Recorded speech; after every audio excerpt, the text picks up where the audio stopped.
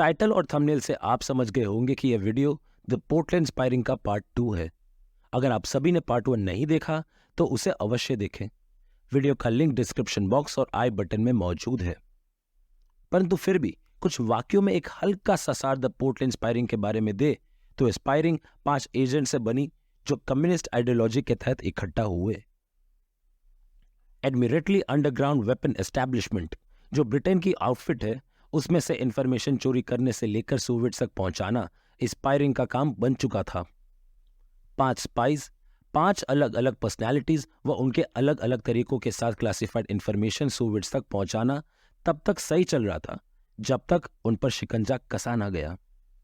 British और American intelligence शायद और लंबे समय तक स्पायरिंग को पकड़ भी ना पाते, परंतु कई बोलों ने स्पायरिंग को एक्सपोज किया। कैसे यह स्पायरिंग पकड़ा गया और इनमें से तमाम एजेंट्स के साथ आगे क्या हुआ, जानने के लिए बने रहिए इस वीडियो में।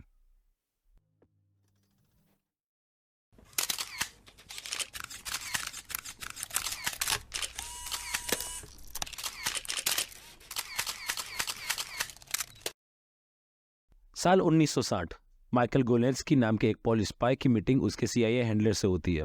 उस मीटिंग में माइकल एक खतरनाक इन्फॉर्मेशन देने जा रहा था। उस इन्फॉर्मेशन के अनुसार एक रशियन स्पाई है जो रॉयल नेवी में काम कर चुका था और साल 1952 में वॉरसो में पोस्टेड था। उसका नाम माइकल ठीक से नहीं बता पा रहा था। उसके अनुसार उसका नाम हॉर्टन या उससे मिलता जुलता था। बिना देरी किए CIA ने यह इन्फॉर्मेशन MI5 को भेजी। बिना देरी किए MI5 समझ गई कि यह और कोई नहीं पर हैरी हॉक्टन है। MI5 के लिए यह नाम शॉकिंग था। MI5 की चिंता एकाएक बढ़ी। डबल एजेंट का AUWE में होना अत्यंत नुकसानकारी था, लेकिन MI5 ने हैरी हॉक्टन को लेकर बहुत सी गलतियां की। उसका एक छोटा सा नमूना बना साल 1959, यानी ठीक 1 साल पहले। हुआ था ऐसा कि MI5 का एक ऑफिसर पीटर राइट ने भी अपना शक हैरी हॉक्टन पर दिखाया। पीटर ने उस वक्त भी एक सॉलिड इन्वेस्टिगेशन हैरी पर बिठाने की मांग की थी, लेकिन लैक ऑफ एविडेंस के चलते आगे कोई फर्दर प्रोग्रेस या इन्वेस्टिगेशन को अंजाम दिया गया नहीं।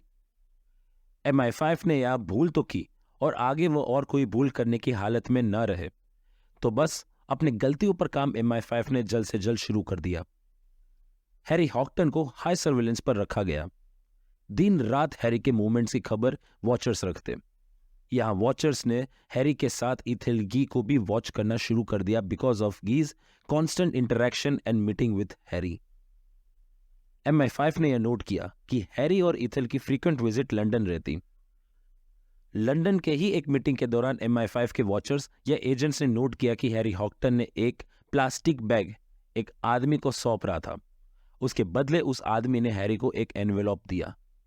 इस एक्सचेंज के तुरंत बाद उस आदमी के पीछे भी वॉचर्स रखे गए।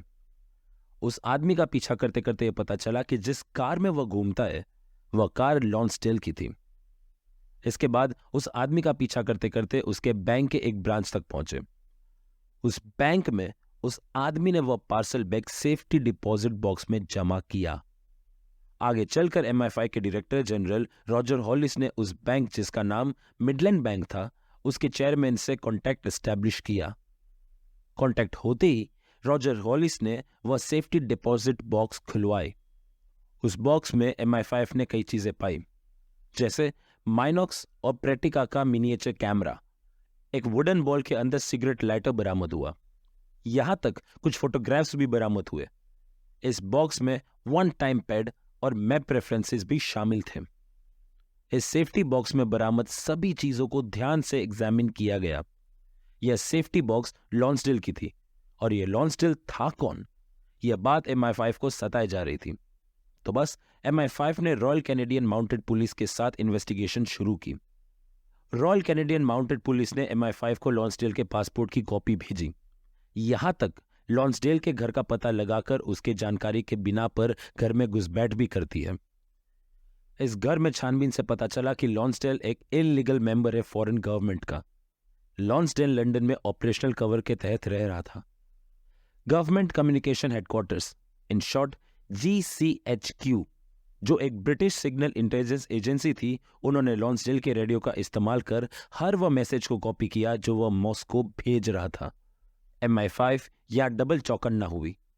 वह यह जानना चाहती थी कि पहले हैरी हॉक्टन, फिर इथेल गी और अब कॉनन मोलोडी यानी लॉन्सडेल के सिवाय भला और कौन मौजूद है उनकी टीम में।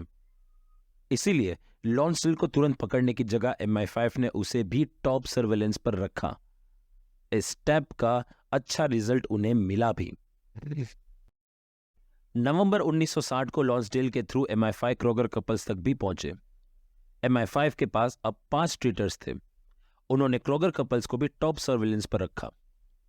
2 जनवरी 1961 में इस केस के केस ऑफिसर ने AUWE के साथ सलाह मशवरा कर यह तय किया कि इन 5 एजेंट्स पर 3 और महीने तक निगरानी रखी जाएगी। इस फाइनल ऑब्जर्वेशन में MI5 ने नोट किया कि लॉन्सडेल एक की एलिमेंट था इस फायरिंग का। लॉन्सडेल बारी बारी और समय लेकर हैरी हॉक्टन और क्रोगर कपल से डील करता। 4 जनवरी 1960 CIA ने MI5 को 2 न्यूज दी। उस न्यूज के अनुसार उनका इन्फॉर्मर माइकल गोलेंस्की, जो पॉलिश इंटेलिजेंस में काम कर रहा था, वो पोलैंड छोड़कर जा रहा है। और दूसरी न्यूज जरा कान खड़े कर देने वाला था, और वह यह था कि शायद पोर्टलैंड स्पायरिंग गायब होने की तैयारी में है। यह दूसरी खबर MI5 किसी भी हालत में सच होने देना नहीं चाहती थी। MI5 ने सबसे ज्यादा क्लोज वॉच लॉन्सडेल पर रखा, क्योंकि लॉन्सडेल ही लीड कर रहा था स्पायरिंग को। 7 जनवरी 1960 हैरी हॉक्टन और इथेल गी लंदन ट्रैवल करते हैं बाय ट्रेन। इस ट्रेन में उन्हें MI5 के एजेंट्स भी कंपनी दे रहे थे। MI5 के साथ साथ पुलिस भी शामिल थी। पुलिस को इसलिए शामिल किया गया क्योंकि अगर अरेस्ट करने की नौबत आई तो MI5 के पास अरेस्ट करने के पावर्स न थे। खैर, हैरी हॉक्टन और इथेल गी सबसे पहले लंदन पहुंचते ही शॉपिंग करने पहुंचे। शॉपिंग के बाद दोनों द ओल्ड वाइस थिएटर पहुंचे और वहां उन्हें लॉन्सडेल ने ज्वाइन किया। बस यहीं MI5 ने उनके साथ रहे पुलिस को एक्शन लेने को कहा और इसी के साथ लॉन्सडेल, इथेल गी और हैरी हॉक्टन को पुलिस ने अरेस्ट किया। MI5 ने इथेल गी के बैग को जब्त किया और उसमें पाया कि इथेल के पास AUWE फाइल्स है, जिसमें 4 कॉन्फिडेंशियल डॉक्यूमेंट्स मौजूद थे। साथ ही साथ एक अनडेवलप्ड फिल्म भी मिली, जिसमें तकरीबन 310 फोटोग्राफ्स और AUWE के रिसर्च वर्क भी थे। इन सब के बाद हैरी हॉक्टन और इथेल गी के घर की तलाशी MI5 ने ली। तलाशी के दौरान उनके घर से कुछ क्लासिफाइड इंफॉर्मेशन मिले। साथ ही साथ मिनिएचर कैमरा, ढेर सारे कैश, साइफर पैड्स और माइक्रोडॉट्स भी मिले। इसके बाद उसी शाम क्रोगर कपल्स को भी अरेस्ट कर लिया गया। पुलिस ने हेलेन क्रूगर का बैग भी अपने गिरफ्त में लिया, जो वह अपने साथ कैरी किए हुए थी। MI5 और सर्चर्स ने 1 हफ्ते से ज्यादा हेलेन क्रूगर और पीटर क्रूगर के घर की तलाशी लेती रही। इस दौरान उन्हें $6,000 बरामद हुए, माइक्रोडॉट रीडर्स मिला और उनके किचन फ्लोर से रेडियो ट्रांसमीटर मिला। मजे की बात यह थी कि क्रोगर कपल्स के फिंगरप्रिंट्स मैच हुए स्कॉटलैंड यार्ड के आर्चिव से। 1958 में तैयार हुए FBI के मोस्ट वांटेड लिस्ट में जो फिंगरप्रिंट्स थे, उनके साथ भी क्रोगर कपल्स के फिंगरप्रिंट्स मैच निकले। तो इस तरह से FBI को उनके वांटेड सोवियत स्पाई लोना कोहेन और मोरिस कोहेन मिल गए। 5 स्पाइस के खिलाफ 13 मार्च 1961 से कोर्ट केस चलना शुरू हुआ। केस को लंबा खींचा नहीं गया क्योंकि उनके खिलाफ एविडेंस क्रिस्टल क्लियर थे। 5 स्पाइस पर conspiracy to communicate information in contravention official secret act के तहत सजा सुनाई। 5 स्पाइस को ट्रायल के दौरान महज 90 मिनट में चार्जेस और सजा सुनाई गई। लॉन्सडेल, जो असल में कॉनन मोलोडी थे, उन्हें 25 साल की जेल की सजा हुई। क्रोगर कपल्स, जो असल में कोहेन कपल्स थे, उन्हें 20 साल की जेल की सजा हुई, जबकि हैरी हॉक्टन और इथेल गी को 15-15 साल जेल की सजा हुई। यह सजा जो इन स्पाइस को मिली वो बहुत लंबी ना चली। साल 1964 लॉन्सडेल को सोवियत गवर्नमेंट ने ग्रेवेल वेन नाम के ब्रिटिश बिजनेसमैन के साथ एक्सचेंज किया। लॉन्सडेल सोवियत के संरक्षण में USSR आराम से रहने लगे। साल 1970 में फैमिली के साथ पिकनिक एंजॉय करते दौरान उनकी मौत हुई। बात करें क्रोगर कपल्स की, तो साल 1969 में उन्हें भी USSR में बंद जेराल्ड ब्रुक नाम के ब्रिटिशर, जो एस्पिना चार्जेस के तहत जेल में थे, उनके साथ एक्सचेंज किया गया। USSR में उनका स्वागत भव्य तरीके से हुआ। क्रोगर कपल्स को order of the red banner से सम्मानित किया गया। USSR में Kroger couples were treated as heroes. साल 1992 में लेडी क्रोगर उर्फ हेलेन कोहेन की मृत्यु हुई और साल 1955 में मॉरिस कोहेन की मौत हुई। साल 1998 में रशियन गवर्नमेंट ने उनका स्टैंप लॉन्च करके उन्हें सम्मानित किया। रही बात हैरी हॉक्टन और इथेल्गी की, तो उन्हें सबसे कम सजा हुई थी, वो भी 15 साल की, लेकिन उन्हें कोई छुड़ाने न आया। उन्होंने अपनी सजा पूरी की। सजा पूरी करने के बाद इथेल्गी अपने घर चली गई और हैरी अपने।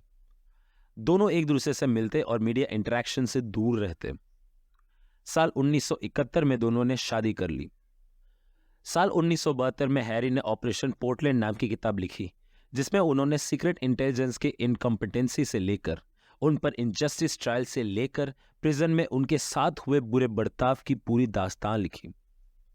साल 1984 में इथेल्गी की और साल 1985 में हैरी हॉक्टन की मृत्यु हुई। तो दोस्तों, यह कहानी थी उस स्पायरिंग की जिसने न केवल एस्पिनाज वर्ल्ड के लूप होल को ढूंढा, बल्कि उसे और भी डार्क बनाया।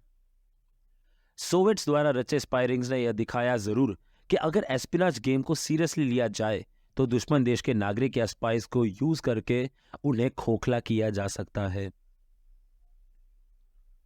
आपसे मुलाकात होगी अगले वीडियो में सत्य, साहस और ज्ञान के शोध में।